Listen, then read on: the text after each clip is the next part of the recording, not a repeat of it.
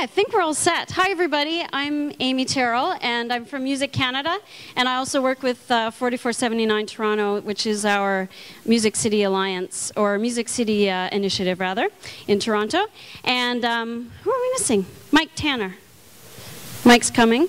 Anyway, so I want to welcome you to our Music Cities Exchange, which we think is going to be kind of a little bit crazy, maybe more like a game show than a panel than what you're used to. But we have representatives up here from 6 different cities who are either a long ways, in some cases they're a long ways in their music strategies, and in some cases they're just beginning.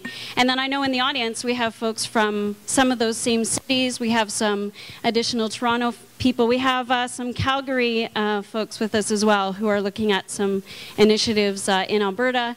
And so we're really happy that everybody's here. And we're going to get things started because we've got a lot of ideas, a lot of issues to discuss.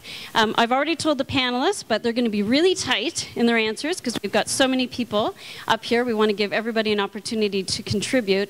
And then afterwards, there is a networking reception. So those of you who are in the audience and want to learn more about something that was discussed, please seek out that person in the networking up on the rooftop later on. And that goes, of course, for all of you here. So I'm going to start with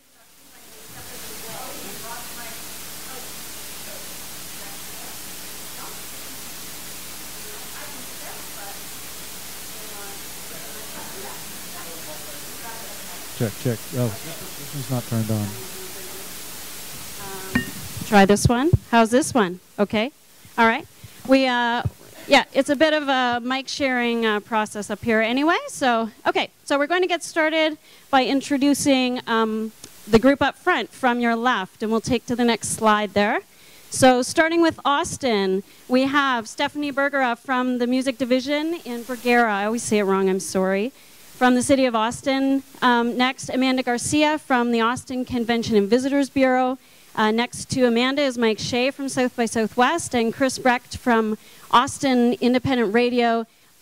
Chris is also the one who organized the artists to come up here. There's a group of Austin 6, they're calling themselves ATX 6. And hashtag ATX 6. Okay, to Chris's right, we have our sole representative from Chicago, Dylan Rice, the music officer there. Next to Dylan, Jacqueline Norton. She's with the City of Hamilton and Austin, Music and Film Office. And then Tim Podisick from Sonic Onion record label, as well as Super Crawl, big festival there. To his right is Carol Kehoe from the Hamilton Philharmonic Orchestra, and Lou Molinaro from This Ain't Hollywood and many other initiatives and activities there in Hamilton. To Lou's right, we have Barry Verbanovich, who is a city councillor in Kitchener, and Will Muir from the Sound Distillery, a studio there. To Will's right is Sylvia Di Donato, who's arts and culture at the City of Kitchener, and then Alicia Brilla, who's an artist in Kitchener. And then we have another soul guy, Daniel Seligman from Pop Montreal, who's going to wave the Montreal flag today. To his right is Miranda Mulholland. She's an artist here in Toronto and also on the Toronto Advisory Council. I shouldn't mention that, actually, because there are a bunch of people here who are on their local advisory councils. To Miranda's right is Councillor Mike Layton. And in the empty chair, we have Mike Tanner from North by Northeast, probably called off to some minor detail, something that he had to deal with. And Andrew Weir from Tourism Toronto, and then Zabe Sheikh, the new Director of Entertainment Industries for the City of Toronto, Day 5. Day 5 and counting. All right. So this is your panel, believe it or not. And I'm going to start. We actually wanted to, premiere something today, which we've been working on, just to kind of get things off with a bang. We, as I mentioned, we have this Music City Initiative in Toronto we call 4479 Toronto. You will notice, I'm going to play you a video, and you'll notice that we kind of think a lot of Austin. They're pretty special. And so we are launching today a new video for our website. Take it away. Tuning up Toronto. Toronto a great music city? You bet. But it could be even greater.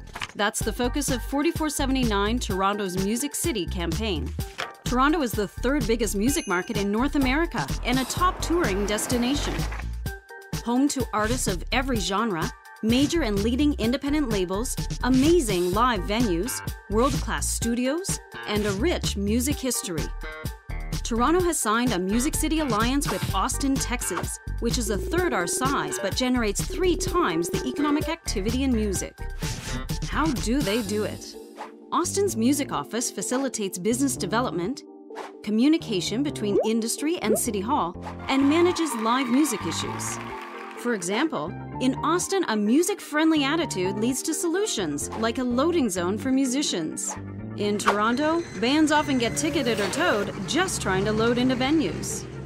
In 2010, Austin invested almost 350% more in commercial music development than Toronto, multiplied many times by private dollars. Austin is branded as the live music capital of the world. For every dollar it spends on music and film, music alone generates $2 in return. Austin uses music to attract conventions, even hiring local bands for convention entertainment. The GTA generates billions from tourism, but the contribution of music has yet to be measured. The impact of Austin's 2 largest music events increased $25 million each per year for 5 years. In Toronto, we don't have a site for a festival of this magnitude. So how can Toronto become even greater? 1. Create a music office at City Hall. 2. Cut through red tape to create a music-friendly environment. 3. Proactively market Toronto to music tourists. 4. Use music to attract and program conventions. And 5. Support music industry efforts to launch a large-scale music festival. Toronto is a music city without a plan. It's time to plan for greatness.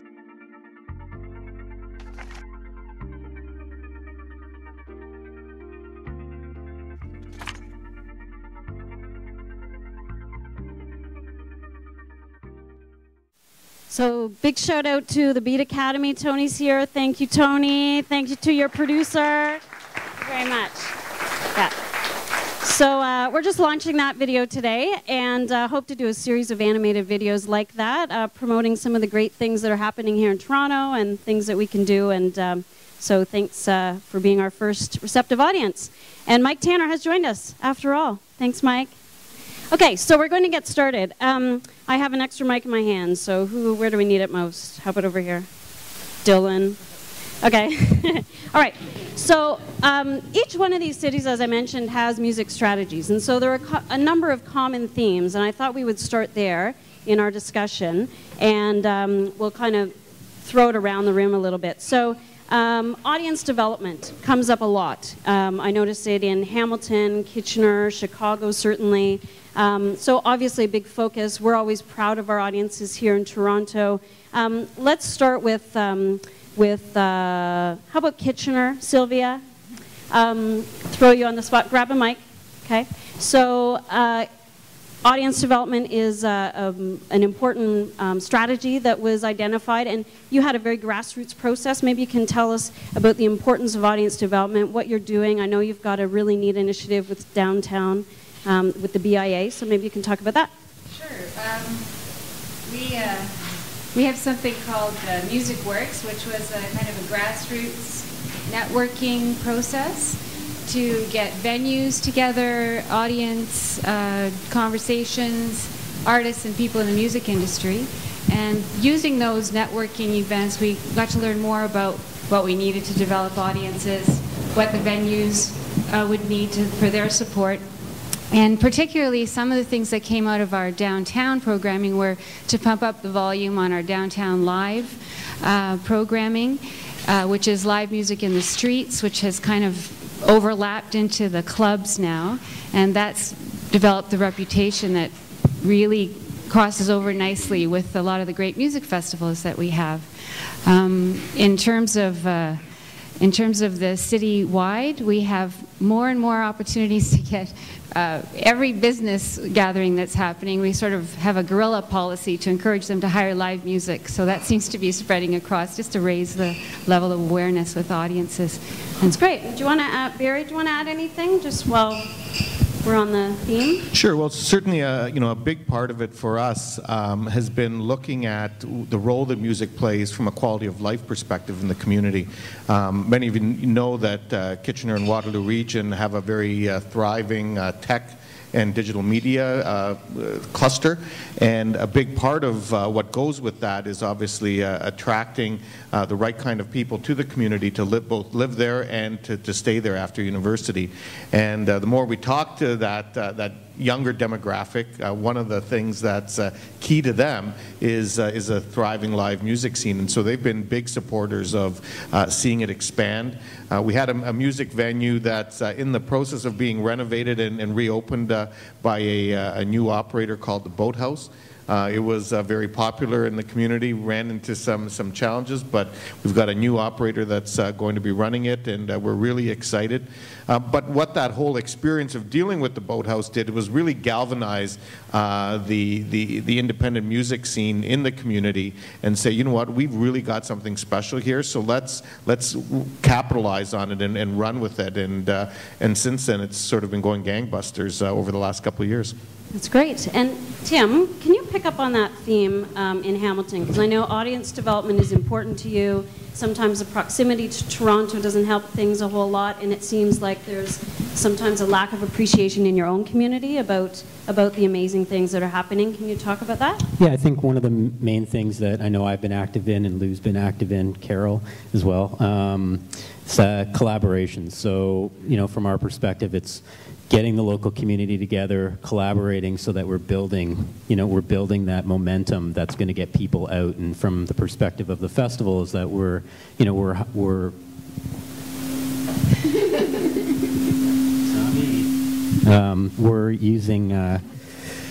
using the festival as a launching point where we're elevating our local talent to play with international stars when we bring them to town, and it's reflecting in the audiences. The audiences are now seeing the local talent by osmosis, basically. They're coming out to see bigger bands, but by osmosis seeing the local amazing talent that's happening, and then they're coming back out, and that's building that local audience. Carol, do you want to add something to that? Well, one of the is that on? Okay, Here, take this one and I'll switch up. Just to pick up on. It's the way we do it in Hamilton. We just scream. Just to pick up on what Tim was talking about in terms of engaging the local artists, what I really like is that I run an orchestra, so we have professional classically trained musicians. And through Supercarl, the collaboration that we've done is we're actually starting what we're terming right now an indie series, and we're taking local indie artists and we're partnering them with classically trained musicians to create a whole new genre of music that will be premiered at Supercrawl. So this is one of the real benefits of the collaboration that's happening within our community. That's great. Well, collaboration, I know, is a big theme in every city, actually. We've been so impressed by Austin and the collaboration that happens there. Stephanie, do you want to pick up on some of these themes about audience development, collaboration among your genres in the community? Sure. Sorry, I'm so impressed by that video. Like, I'm a little bit we're flattered by all of the support that we've received from Toronto. As far as collaboration goes, there are so many. As far as the city government goes, we manage 19 programs, and a lot of those kind of have collaborative efforts. I know interdepartmentally, as far as the city government goes, we are in our best. It's in our best interest to partner with as many city departments as possible. So we, as far as the musician loading and unloading zones that were mentioned there, that's something that we partner with the Department of Transportation on, and then we've got another couple of things coming down the pipeline with the Austin Music Foundation, and that's a resource that supports musicians that are based in Austin already.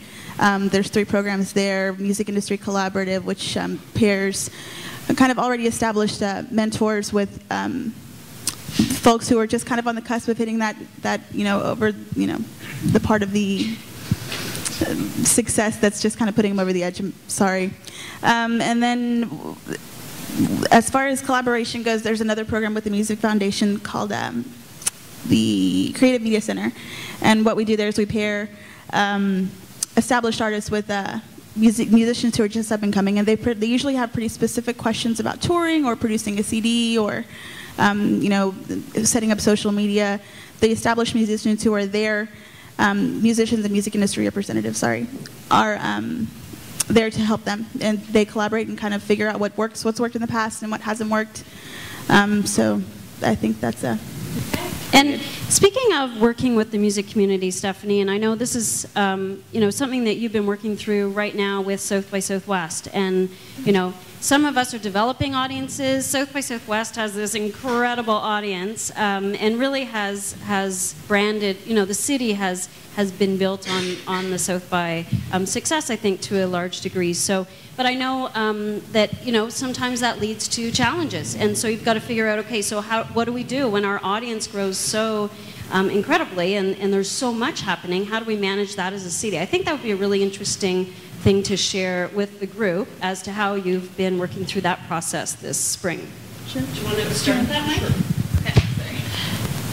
Sure. Okay, well, watching the video, I realized that I apparently live in the Garden of Eden. It's pretty neat. That's what we think. It seems a little bit different on the ground, but it's nice. It's nice to know. One of the things that I would point out is that Austin, the music scene, the technology scene, the film scene, all of that has grown organically. When I moved to Austin in 1975, I was literally standing on Congress Avenue downtown, and I asked where downtown was. So it's grown quite a lot in that period of time. What's happened at South by Southwest, like so many other things, like the Austin City Limits television show, which then became ACL Festival, some of these other things. It was very much a bootstrap type of an event. A bunch of guys got together and said, hey, wouldn't it be cool if we did something like the New Music Seminar in Austin? And it took off from there, from 1987 until now. Now it's reached a point, as you were saying, that the audience has sort of overwhelmed the city. It's really reached a point where we're venue bound. We contract over 70 hotels just to be able to accommodate our attendees, and that's not anywhere near enough. 6th Street, the other entertainment districts are just all asses and elbows during South by Southwest. You literally can't stretch out during the worst of it. So what's happening right now is we're in a situation, and actually for the last several years, where we've been trying to convince the South by Southwest has been trying to convince the city that something needed to be done about this, especially in the areas of code enforcement for public safety. And so that's what we've been working on quite a bit. We've been working on trying to get regulations passed. We've been working on trying to get codes enforced on everybody, not just the South by Southwest official events, but all of the people who rent parking lots and warehouses and all of that kind of thing. And so now we're working on that. You might be able to address, they've started a new office called the ACE office. I think it's the Austin Center for Events. Does that sound right? And the idea is to make a one-stop shop where anybody who's trying to put on an event of any different size could go there, fill out a questionnaire, be told what they needed to do. So I'm gonna pick up on that idea of a one-stop shop, because that's another common theme that appears in these music strategies. Dylan, you're nodding, so you get the next. Okay. You get the mic next. Oh, you got it already. You're eager. Yes. So Dylan, tell us about where that's coming from in Chicago. Why you feel there's a need for a one-stop shop. What do you mean by that? What would it do? Well, the Chicago city government is absolutely huge, and I was thinking about what Stephanie was saying about just learning how to collaborate with other departments. I've been in my position for a year and 9 months, and just trying to get buy-in and build alliances inside city government, understand all of what the departments do to help. Like, for example, one venue would need to interface with 5 different departments, for public health, buildings, etc.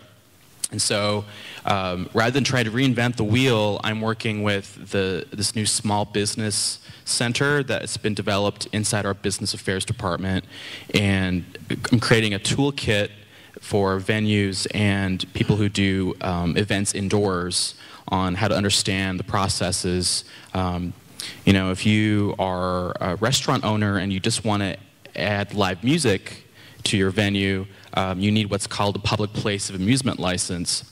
And some people are either confused or intimidated by the process. So I'm becoming the liaison to them. I'm trying to help them understand, like, don't be afraid of it. Here's what you have to do. And so the hope is that this toolkit will help streamline the processes to get the licenses sooner. And the idea is that, you know, more music activity in the neighborhoods is good for everybody. It's good for quality of life. It's good for the economy, especially when the strategy that the mayor has of developing arts and culture hubs and arts and culture districts, especially in areas that are challenged economically. You know, if you can help facilitate, you know, more businesses opening up that promote music and culture in general, you're going to have this ripple effect, and that's where you have success stories like the Old Town School of Folk Music in Chicago really transformed the Lincoln Square neighborhood into a destination, you know, nightlife district essentially. That's great, and there's some things that I've seen in your report too that have been picked up in other communities for sure. The around the idea of a one-stop shop, it's something we've been talking about for a while in Toronto. So maybe start with you, Mike. Do you want to comment on that, and from your own personal experience, why that would help you do your job easier or better? Sure. Yeah. Right now, my life is all about permits and paid duty officers and insurance certificates and things like that. So having an active and engaged and well-connected one-stop shop. So I think the understanding is something like Don Pitt's position in Austin, where there's special events and police and fire and transportation all within shouting distance would be great, because our city bureaucracy, with the best of intentions, is so large that sometimes people in this department have never met, and they have no idea what people in that department are doing or what the processes are or anything like that. One comment I would like to make about a one-stop shop, though, would be as we move towards doing that in Toronto, it would be great if that person in that position is not simply somebody who picks up the phone when there's a noise complaint. We need to have a one-stop shop, I think, that has a business development capacity to it, a tourism capacity to it, that liaises with all different parts of the industry, and isn't just saying, well, you know, you need this form, here it is online. I can elaborate a little bit on what this Center for Events is. So the one-stop shop that they're talking about is the Austin Center for Events. Mike was correct. It's in a building in downtown Austin, and is the home base for the special events divisions of the fire department, the police department, the health department, code compliance, our music division, and then I believe that's transportation, special events, street closures, and things like that. It's a one-stop shop. In addition to that, last year we introduced a combined application. So it's a 9-page application. 9 times out of 10, whoever is filling out the application doesn't have to fill out every page. So it ends up being about 4 pages. But that's what everyone's talking about, is the one-stop shop on our end. It's constantly evolving. It's constantly changing. But it's definitely been able to put people, you know, during South by Southwest, we see over 100 permit applications. And, you know, we pretty much approve over 100. But we don't want to be in the business of making it more difficult than it needs to be. So the one-stop shop has definitely helped in that regard.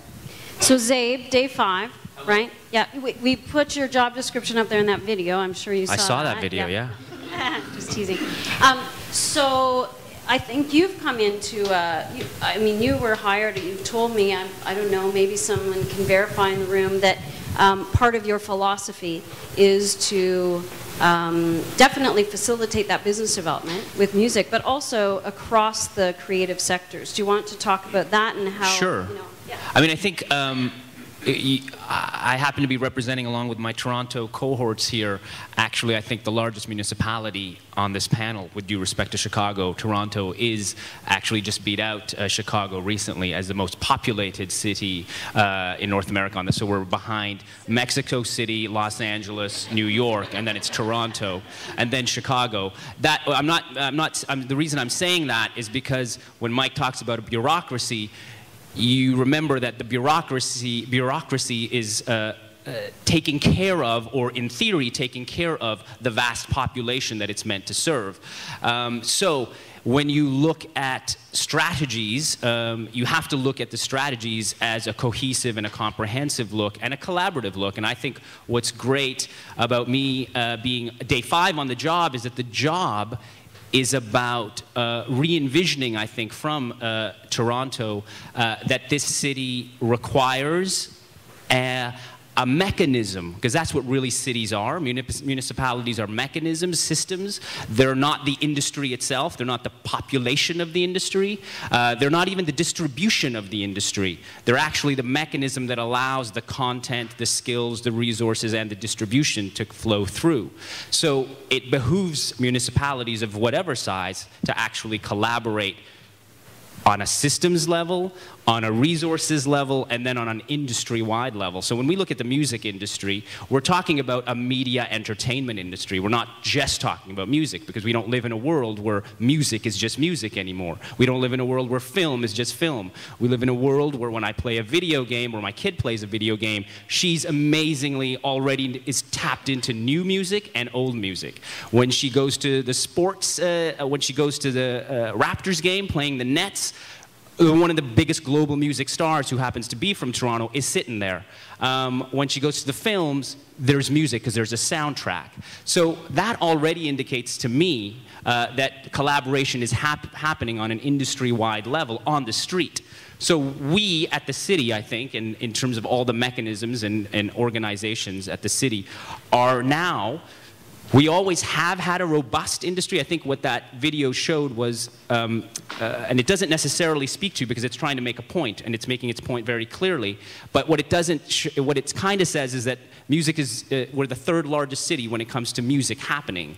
So that's actually a really positive sign for me, and I think it is for everyone in this room. What that means is, how do we take that amazing resource, how do we take that 3rd largest resource in North America, and when we say 3rd, we're talking New York and LA, which are pretty vibe cities, at Chicago, Boston, all those kind of grand cities. We're talking top-tier cities.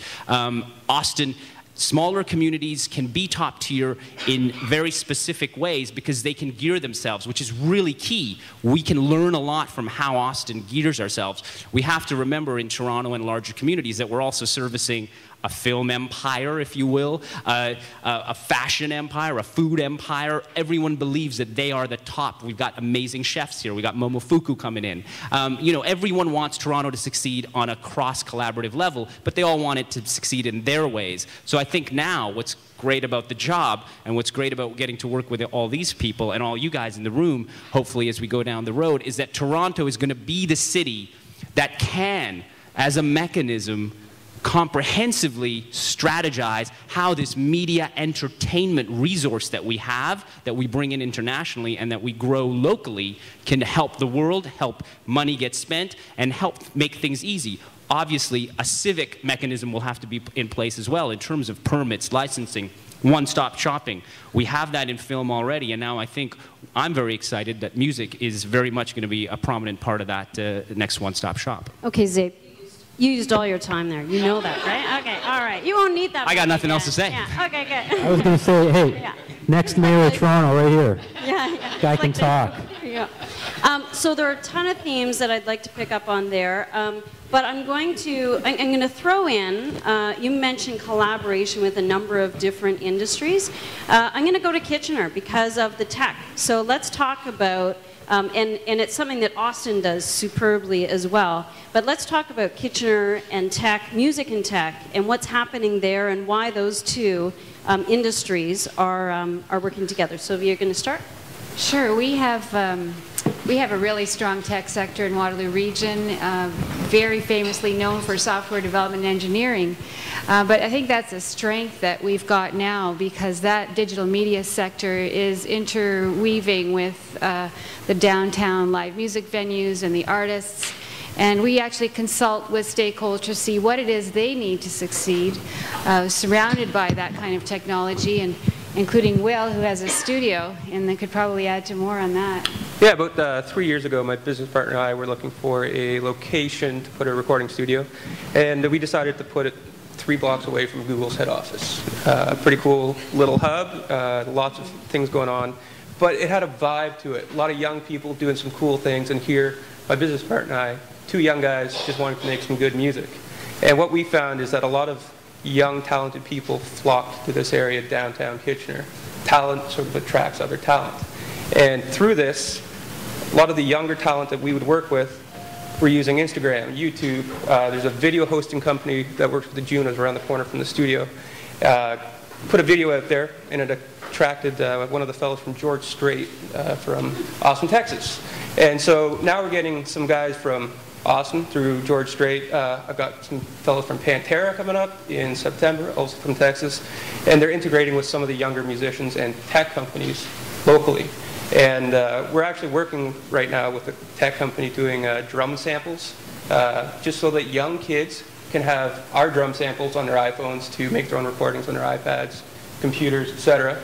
And it's also being integrated with a college campus about a block away from the studios. Within 3 years, we have a studio, a great tech sort of community, and now college all integrating with one another, and some pretty cool things happening. So, great. Yeah. It's something you guys really focus on, Dylan, in Chicago, global hub for, so not just music, not just creative industries. I know when you were at South by Southwest, your Chicago-made, I think, presence, you made it pretty clear that you're talking about innovation, you're talking about technology. Do you want to pick up on that? Yeah, so we created a brand called Chicago Made, and we unveiled it at South by Southwest, and it was in the form of a music showcase with the rap phenom Chance the Rapper headlining it, and a bunch of other bands. And then we had a trade show booth element where we had meet and greets, an interactive booth promoting, our thought leaders, our makers, we called them. We had an online campaign, ChicagoMade.us, and then we had a networking event. And we basically thought that it could be two-pronged. It could be B2B, so, reminding people that Chicago is a great place to record your album, to invest in Chicago. Like, we can be a conduit of resources and explain, well, these are the kinds of incentives that exist, and this is the kind of infrastructure, these are the neighborhoods you may want to look at. But it was the other prong was the tourism-facing side. So our CVB, which is called Choose Chicago, they helped us really promote the hell out of our showcase. And there's so many fans now that are at South by, and we want to make sure that they remember, to keep Chicago front of mind. So not just for Lollapalooza, for Pitchfork festivals, but for year-round concerts that happen in our amazing venues and neighborhoods. So we're going to keep going with the brand.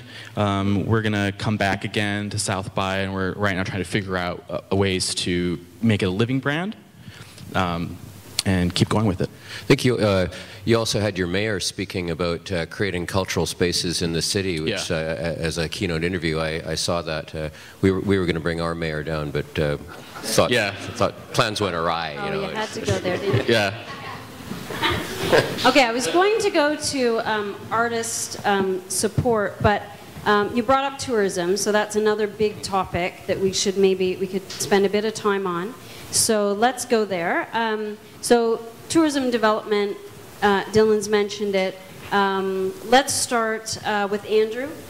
We've been talking to Tourism Toronto a lot about music and how it is a motivator for travelers, something that you already knew for certain, and so we're looking at ways that we can do more with that. Where do you think the potential lies? The tourism opportunity with music is a couplefold. First, from a city like Toronto, where diversity is our DNA, and the sheer breadth of things, whether it's World Pride this week or just look at the music in this month alone with North by Northeast Jazz Festival, of course, and Luminato had some musical elements to it. It's incredible, the diversity. There's I think a South Asian artist playing at the Air Canada Centre tomorrow and sold out, 20,000 people. So there is a tremendous market here for anything, and because of that market, industry responds to the demand. So there's a tremendous amount of music on offer here, and we've got to capture that diversity. So what it means is that whatever you're into, you can get into it here in Toronto, and that's a position that serves us very well. But from a tourism standpoint, music helps us two ways. There's two very broad sectors or segments of tourists. The first is the people that are here, and the second group is the people that aren't here but are thinking about maybe coming. So music can help attract people that may be sitting at home and contemplating a trip, and this is the same for any destination. Music does attract people. They will get on a plane or a bus or in their car or whatever it is and travel for music. We all know that. But we can't lose sight of the other group, which is the people that are here probably for some other reason, maybe on business, maybe they're just here on a leisure trip, and we've got to tap into that market as well and talk to people while they're here through databases of what's on now, apps, and all the different ways we can talk to people, including some of the things that we do, and Music Canada's played a role in that, and others around the city. But we've got to show people that music is not just a festival. It's not just something that's here for a great weekend. It's 7 days a week, every week of the year, in every part of the city, whatever your taste, and there's not a lot of economic sectors that can make that claim, that you can deliver a product or an experience for anyone on any day in any part of the city. So that great strength of music is something we've got to continue to tap into, and not only use it as a trip motivator, but also grow the yield of visitors and get people to do more and spend more and consume more when they're here. And music's got a great power to do that. Yeah, studies certainly show that people who are cultural tourists will stay longer, spend more. So we like that. Let's turn to Amanda. She's eager to talk about, I don't know, has everyone seen the Airstream, the Austin Airstream around town? So, Austin tends to do this pretty well. So let's turn to Amanda Garcia to talk about tourism, Austin, what you do. Sure. So just kind of going off of the Airstream trailer, one of the big ways that we promote leisure travel to Austin is by doing our summer road trips with our ATX Airstream that we're very proud of. It's a 1974 Airstream trailer that we basically found on the side of a road outside of Austin and figured out who we need to talk to buy it, and then worked with local artists and musicians to basically gut the inside and rebuild it from the top to the bottom. And inside is, I can go on forever about all the bits and pieces that are very ostentatious, I'll skip that and we could talk about it over the reception. But from the second that our sales team is going after convention groups, as the video mentioned, we are branded the live music capital of the world. So that is in every single conversation. From the second, it could be the National Funeral Directors Association thinking about having their convention in Austin, and I have to say, when they were in town, they booked more music than any other convention that was in town that year. They literally booked over 25 acts, and it was everything from their welcome reception to their registration hour. So when people were going to pick up their badges, they were listening to Rattle Tree Marimba, which is a steel drum band in Austin. So let me just say, that was live music, right? Live. Funeral directors and Yes. live music. Okay. Yeah, they like to let loose when they're out of town. But that's one thing that we do. The second that the convention groups are coming to town, whether they're in Austin or we're going to them with our sales team, whether it's at a trade show or a sales mission, we have live music with us. We hire musicians to go on the road with us. We have some in front of our Airstream right now.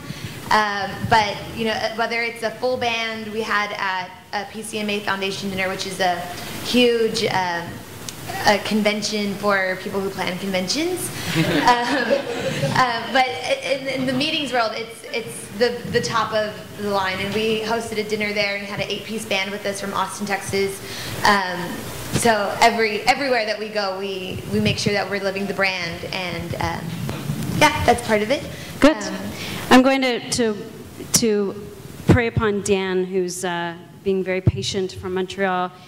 So Pop Montreal, one of the great music tourism assets in Montreal, 50,000 fans, I think, roughly. And but I do notice that there isn't, at least not visible to me, as just researching, that there's not a visible strategy for music with the tourism Montreal, and yet they do certainly promote the festivals.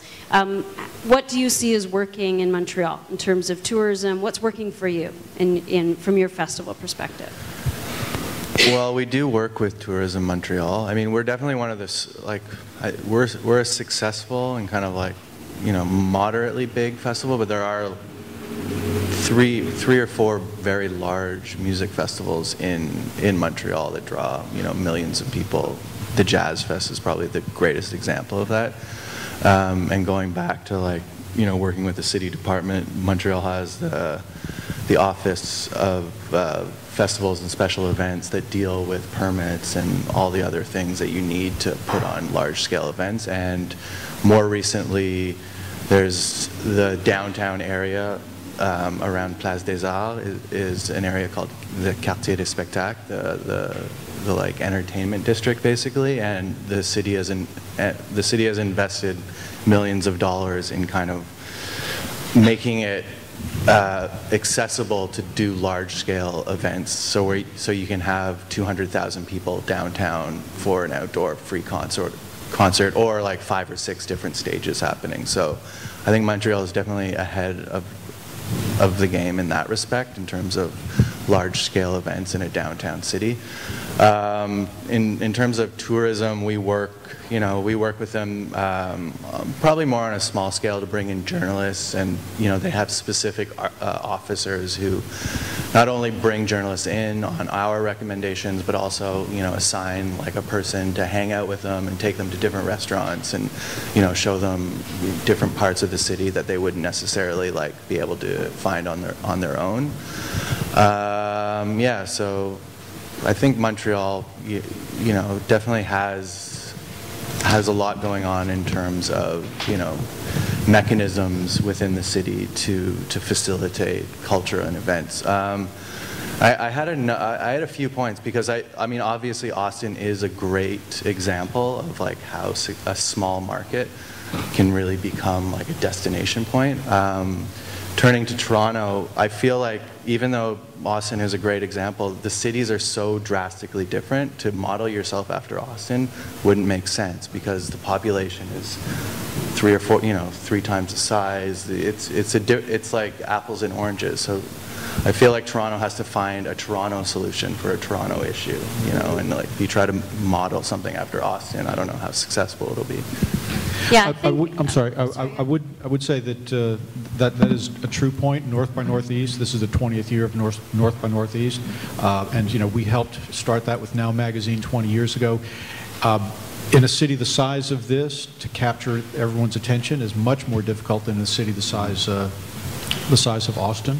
And but also another point, a lot of geographic entities do come down to South by Southwest and exhibit in the trade show to promote themselves, like Chicago does and Canada does, and we encourage that behavior.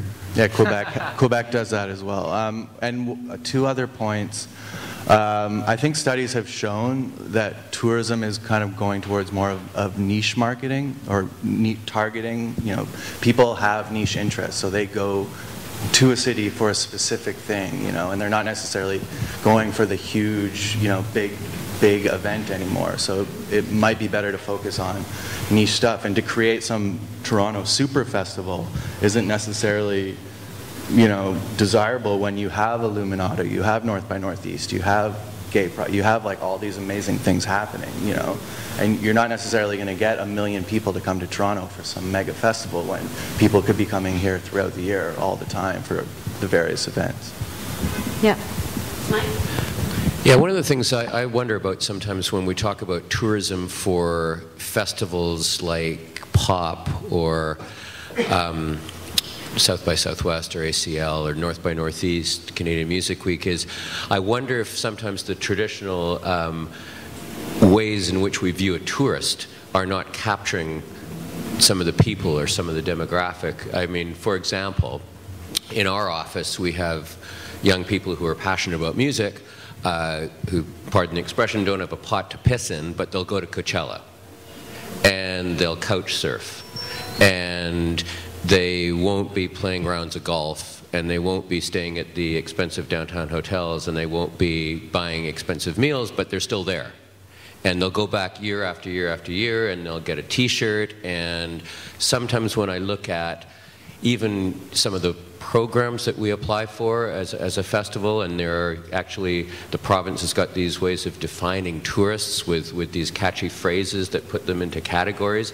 There's no category that talks to the kind of person who works in my office and goes to Coachella. It's just not there. Couch surfer, I don't know, we don't have that term yet. And what that term means, and who she is, and what she's doing, and what her interests are, and what kinds of tourist outreach engage her. And I think we've talked a little bit about this, and I think Tourism Toronto is certainly aware of this, and I think clearly moving in the right direction. But to me, I think as an industry, the tourist industry still has a little way to go before they're talking about the kind of tourists that we would bring in. Mike?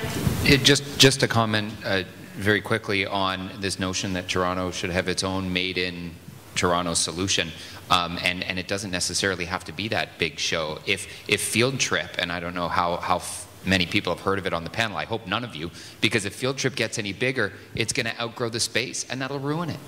It's in a very unique space, it's in a very beautiful space, it's a very beautiful and appropriate festival. It's in his ward. It's in my ward as well. And I don't want to say, trust me, and I get complaints from neighbors about it because there's 20,000 condo dwellers that live right next to it, which didn't live there 5 years ago.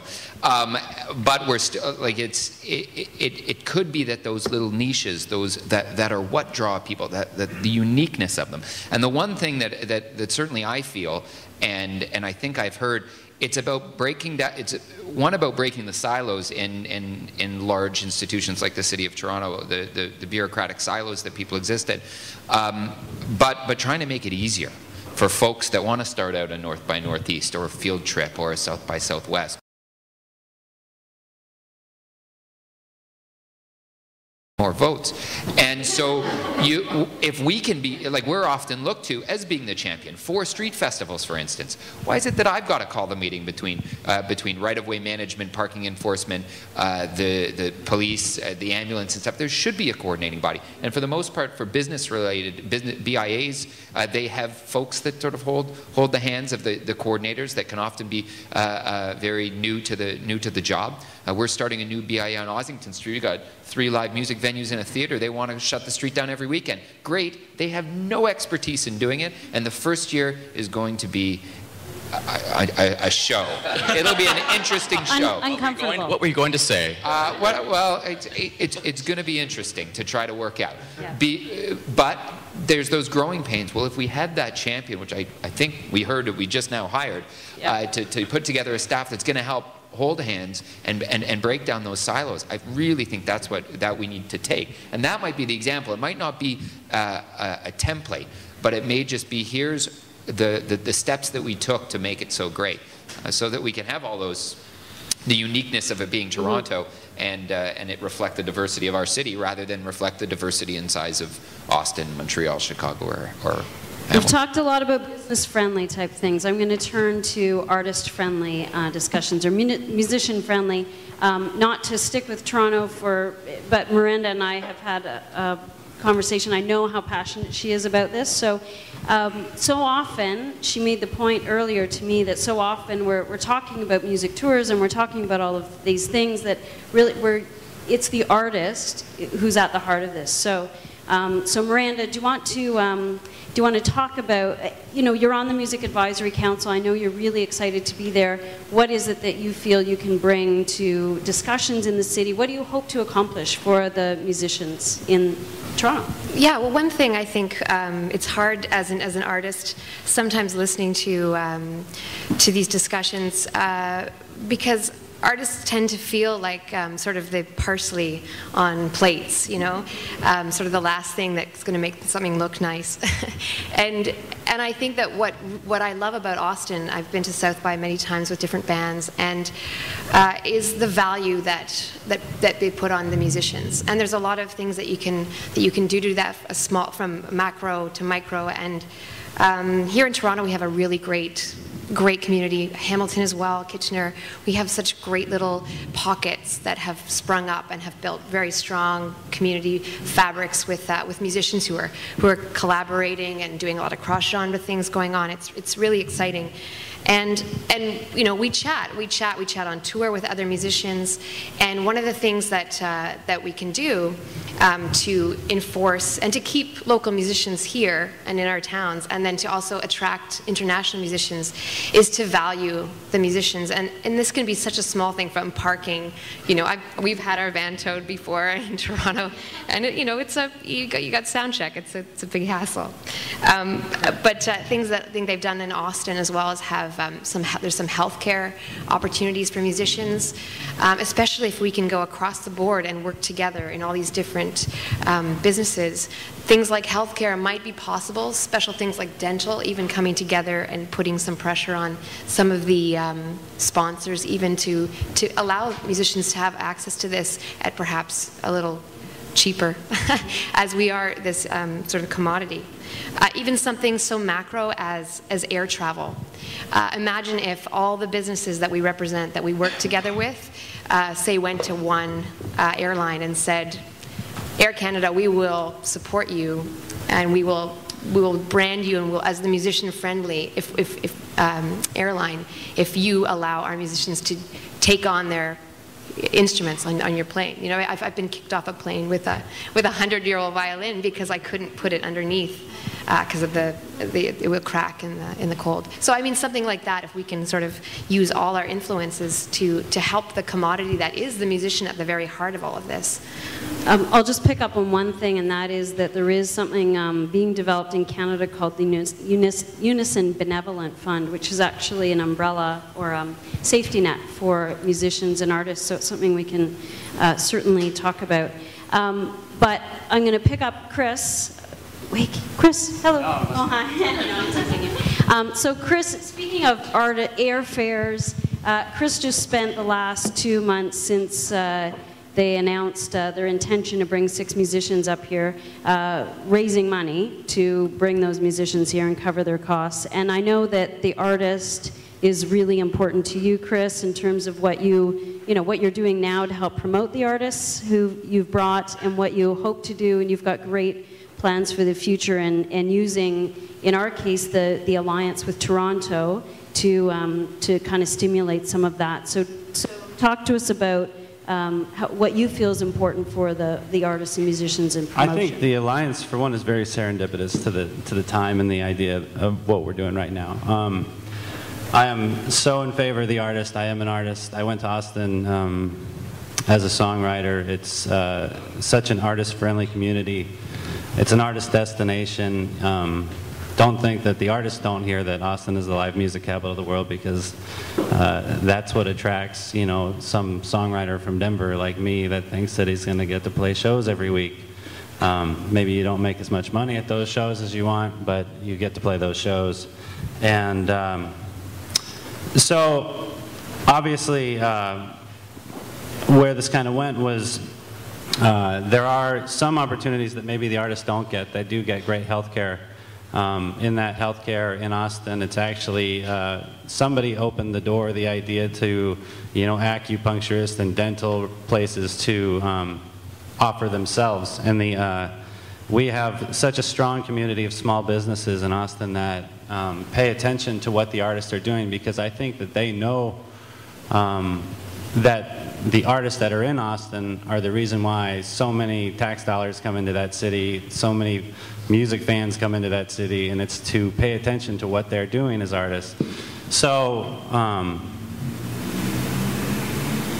being that type of community that we are, there's also some opportunities that kind of get missed. And with this alliance, it just so happens that we created something where we wanted to bring songwriters up here to North by Northeast because it's very hard to tour out of Austin. It's a very landlocked city. Texas is not as big as Canada, but it's very big, and gas is expensive. And so just like you were talking about air travel, that couldn't be more relevant to what we did. We went to our local businesses, specifically the venues like the Black Heart and the Mohawk, and actually the Mohawk wasn't a sponsor, but they will be next year, and the White Horse, you know. But we said, these are the Austin music artists that are playing your venues week in and week out, and we want to send them to Toronto. So basically we're creating this new idea of exporting our artists from Austin. And leaving it up to us to kind of get the ball rolling, but we're going to do a whole venue nomination process coming up next year and let our venues nominate a female and a male, all the sponsors, and then throw them into a pool, and we'll sit down with a panel, maybe some folks from the Austin Chronicle, myself, maybe Stephanie or Don Pitts, and we'll kind of go through the pot and create something that has actually to try to take this whole talk, you know, a step further, which is improving the artist lifestyle, you know, down there, which is really important. And so I think not only is North by Northeast an opportunity, but there's a whole world of opportunities to get songwriters out of Austin with the help of small businesses. You know, to them, $500 is a lot, but to a business, it's really not that much, you know. And to the artist, that amount of money scares them a lot. So I think that right now we have some very grateful artists, and I think we have you know, a lot of good ideas on the table of how we can go. Once we wrap this up in 3 days, there's going to be we're going to be looking for something new to create for these people going forward. So yeah, that's great. Thanks, yeah. Alicia. So in Kitchener is a very different place, I think, from Austin, from Toronto for sure, but I know that you feel that there is support in Kitchener for artists. Can you tell us about that? What works for you in Kitchener? Yeah. Well, I moved to Kitchener when I was 13 from Brampton. Do you know Brampton, anybody? A city that obviously we're not talking about today because there's not a lot of art there, to be honest, at least from what I experienced growing up. And so when I moved to Kitchener, I was like completely blown away by how much of a art infrastructure there was, like the conversations about art that happened just on a regular day-to-day basis walking on the street. And yeah, I mean, Kitchener's amazing, like Sylvia was mentioning, and well, there's a big tech community there, which I've, you know, collaborated with for different videos, websites, all the awesome tech stuff that is now, you know, integrated with music. And yeah, it's great. I think that it's amazing that artists and people who support art are having these conversations because, like Miranda right, was saying, Miranda, I mean, I've done shows before, met certain people in charge of, you know, event planning or music, and where they don't really know what artists, what a day in the life of artists is, or what a sound check is, or stuff like that. And it's funny that they're programming, you know, these events, but they aren't fully aware of like what it entails often. So I think perhaps having like an artist liaison, like liaisons are great, people to further educate people in charge of that, and vice versa is great. So yeah. It's good. And Dylan, in Chicago, there are a number of different initiatives for artist support and development. I read about grants, some different things. Do you want to tell us what, you know, what's working so far? Well, we've had a granting program for many years for individual artists, and we've noticed that not a lot of musicians were aware of Toronto, and the more and more that we start becoming more aware, or the more that Canada becomes aware of Hamilton as a market, I think, you know, sometimes there's a bit of a struggle that happens. And we got a radius clause. I'm sorry. Well, you know what? Oh, we know. We know, but we're that dog that keeps tugging on that pant leg until you finally say, okay, we give. But I think validation's an important thing. I mean, you know, music is a very, very integral part of our city and our community and our infrastructure, and it's improving because just like Kitchener was saying that they're partnering up with tech companies, the thing that Hamilton is doing is we're we're partnering up with other artists, graphic artists, visual artists, classical musicians. And so all of a sudden now, our community is expanding and it's getting bigger. So to me, I think there is no other city other than Hamilton that should always be hosting the Junos, because no, and I think we merit that. Like, I mean, you know, it's just you know, that's just my personal point of view. But I think, you know, just like Nashville's always a city.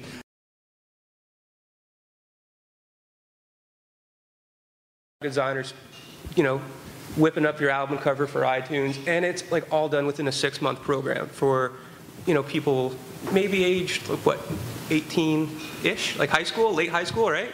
But they bring in about 10 to 12 different people for a 6-month program. Now, I know me, like I'm a fairly small operation, but I've been helping out some young kids in high schools through co-op, you know, basically setting them up with like mentors, whether it be country musicians or, you know, blues musicians. And what they do is bring them underneath their wing for a few months. And then instead of maybe working at like McDonald's or somewhere else, they will bring them out on the road and show them how to interact with engineers and how to handle a sound check. And then I've had one young fella, he was 17 when he started working at the studio. He's now 18, you know, grade 12, and he's touring full-time in the summertime instead of working at like a grocery store. And like, it's pretty cool that he started on my side of the glass, got an interest in the other side, and now he's doing this.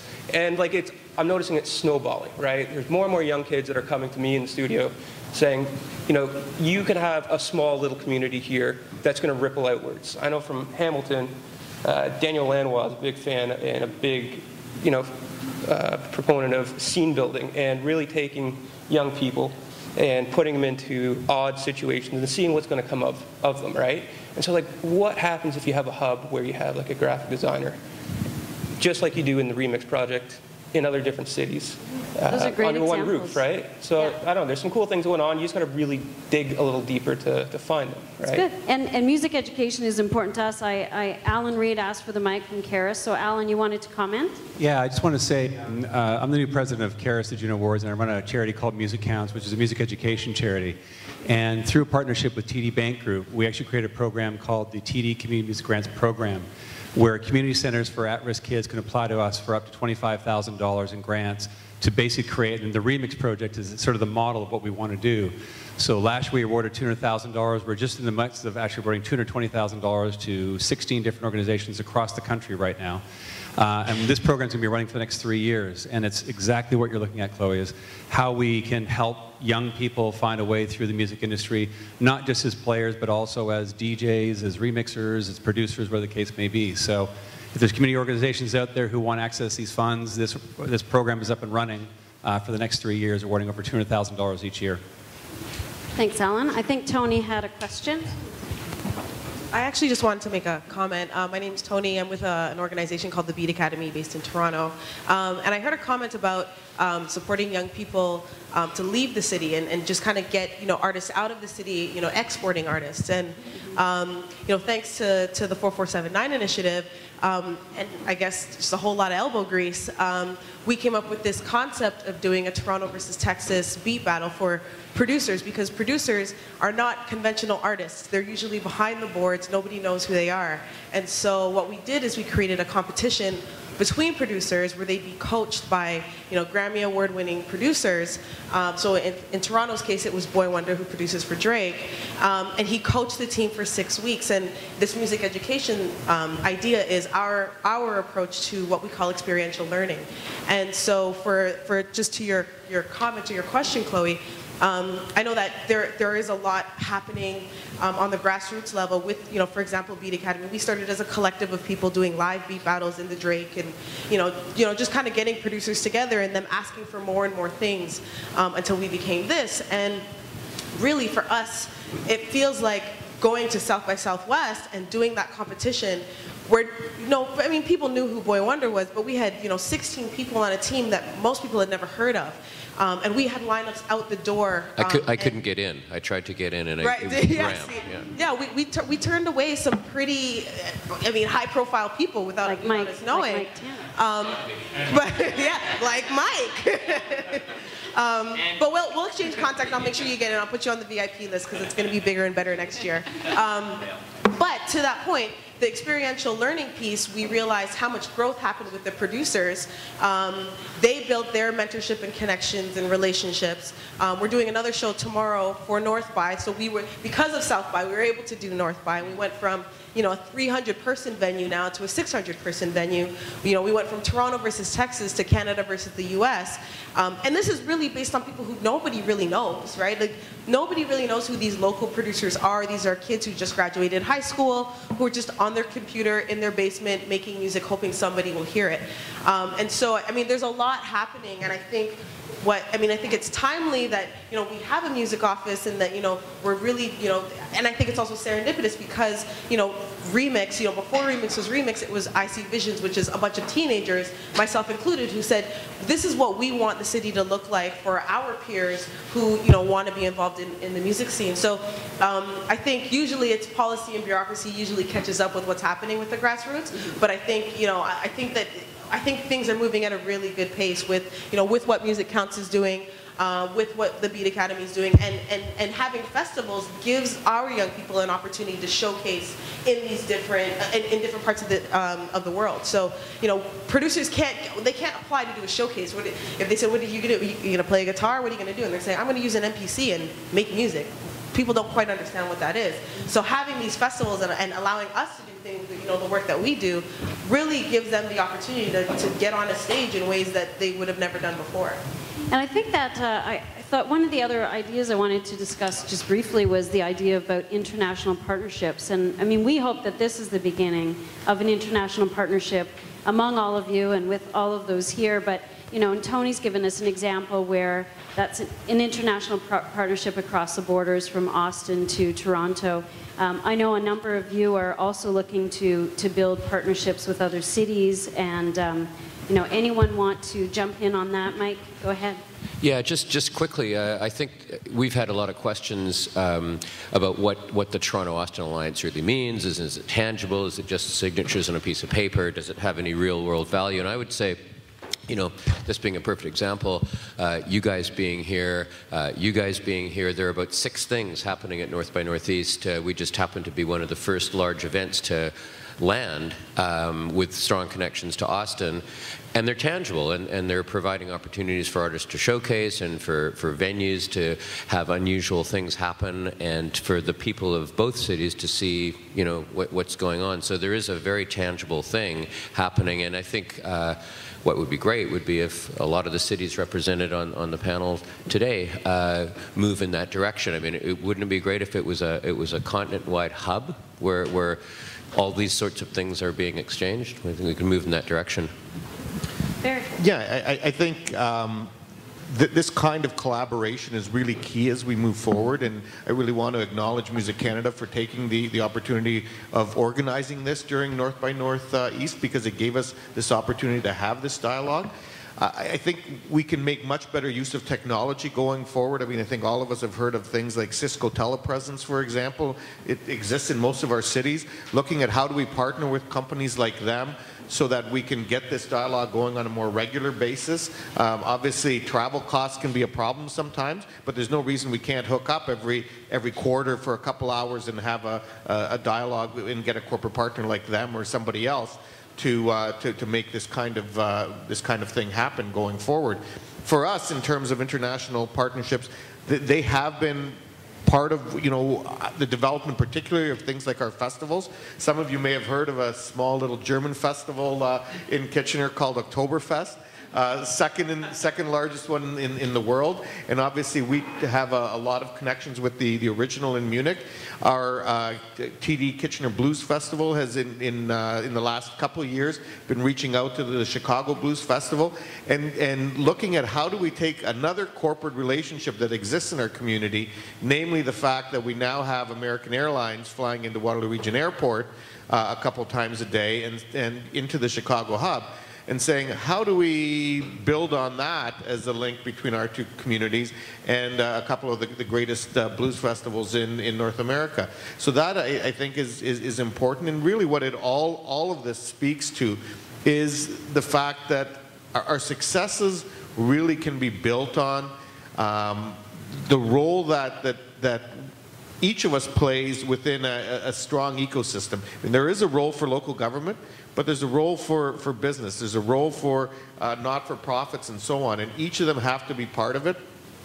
Our Governor General here in Canada used to live in Waterloo Region, David Johnson. He refers to it as sort of the barn-building spirit of Waterloo Region. But listening to all the stories, I think it's the barn-building spirit of each of our communities, and trying to use that to build the music scene through all these different collaborations that exist.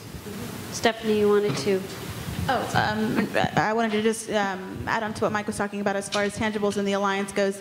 The alliance on the Austin side was announced about 2 weeks ago, actually. This North by Northeast is the first large-scale festival that has happened since then. And I was talking to Zeb about it yesterday.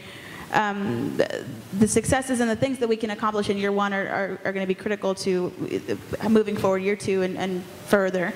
So, pardon me, I know on the Austin side there's already been some discussions about tangibles and key points that we want to focus on in year one. So I know that there will be a lot of stuff on the Austin side that will be coming, forward with in the coming months. But yeah, year one is highly important to us as far as nailing down some brass tacks for sure. Any final question, or I think we're pretty good. So how about here? Anybody? Was there some burning thought or idea? Oh, of course. I was very silent for a long time. Come on. All right, you were very well. I did my spiel and then I shut up. I think it's to sort of synthesize, which is such a cliche word now, but it's cliche for a reason. This whole discussion, I would just say, it seems like whether you're a municipality, whether you're an artist, whether you're an industry leader, whether you're a producer, whether you're a guitarist, whether you're a vocalist, whether you're an engineer or a mixer, the key things, I come from the film and television background as an artist, so when you guys speak about artists, that's very key to me as well. I'm not just a what one might... Pretty face. That's very kind of you. No, I mean, I'm not just what we tend to think of, or what I used to tend to think of as a bureaucratic person. Artists have to become bureaucratic people too to help change, initiate change. All of us in this room, in some way, shape, or form, are taking that leadership just by being here. But I think if you sort of look at yourself, how diverse are you? And by diverse, I don't mean just color or gender or your belief system or how you live or who you really are, but diverse. How diverse are your tastes? How diverse are your interests? How diverse are your activities in which you engage? How accessible are you? How accessible are you to the next person, to the next municipality, to the next industry, to your own sector, to a sound engineer, to a vocalist? How connected are you? How connected are you to each other? Those three things, I think, if you sort of just take a survey, frankly, and sort of go 1 to 10, 1 being the lowest and 10 being the highest, if you score high on all levels, yourself, using technology, diversity, accessibility, connectivity has really become a lot easier than it was even 2 years ago. It'll become even easier tomorrow than it was today, guaranteed, with the fine folks in all our tech sectors. If you look at those three things, if you score low, chances are you've got an issue and you've got to work on it. If you score high, chances are things are going really well and you can build on that. So I would just encourage everyone, take it home, whether you're an industry leader, a municipality leader, or an artist, look at or you, Amy, but you're pretty connected and accessible and diverse, so you got it covered. Take a look at those three things and see where you land and see how those around you land, and let's build a world that's diverse, accessible, and connected, because that's the only way this is going to get better. Well, and Mike Tanner always wants the last word, and I'll give it to you, Mike. But I just wanted to build on that because I think connectivity, at least building on that point, actually accessibility, you've hit some really important themes. But I think everyone's trying to do that, to build connections between their cities, their industries, their artist community. Everyone talks about, you know, how do we do that? Do we do that through our advisory councils? Do we do it through subcommittees, your local Junos committee? And so I think everyone is certainly on that level. We're all working in the same direction. And I think you'll all find that I know a lot of you are fairly familiar with each other's strategies and things that have been going on. Honestly, if you sit down and read through them all, there's so many similarities. So I think we are, you know, we're obviously all onto something, and I think we can build on those connections here today as well. And oh, Amanda. So just, I just wanted to say I disagree with everything Zabe said. No. No, I think I'm probably preaching to the choir a little bit here in this room, and I'm not just saying this because I'm sitting next to an elected representative, because I think he's heard me say this, but the message I want to leave everybody with is that if you are a fan of live music, the creative arts, of culture, and you don't know who your elected representatives are at a municipal, provincial, or a federal level, and you're not telling those people what you want and what you believe in, then you're missing the boat. And again, I don't think I'm talking to the room here, but the wider world needs to know that if your local councillor is not hearing from you that you like that band setting up and playing in the park, they're hearing from the 6 people who don't like it. And they will say 100% of the people who phone my constituency office are against this thing going on.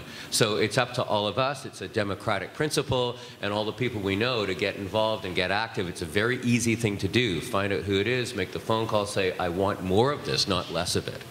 It's a sermon. Always a good point. Thank you, Mike. Amanda. It is. I wouldn't be doing my job right if I didn't invite all of you to join us tomorrow in Dundas Square to see the Austin Airstream and enter to win a free trip to Austin, Texas for Austin City Limits Festival. So, hopefully we will see you there. Sounds good. All right. Thank you very much.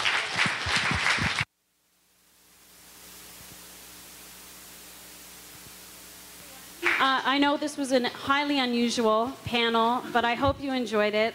We thought it was going to be a bit like a game show, and maybe it was, maybe it wasn't, but I really appreciate everyone's time that you all came to contribute, and thank you to all of you. And we're going to go upstairs to the rooftop and have a cocktail, and we can chat more.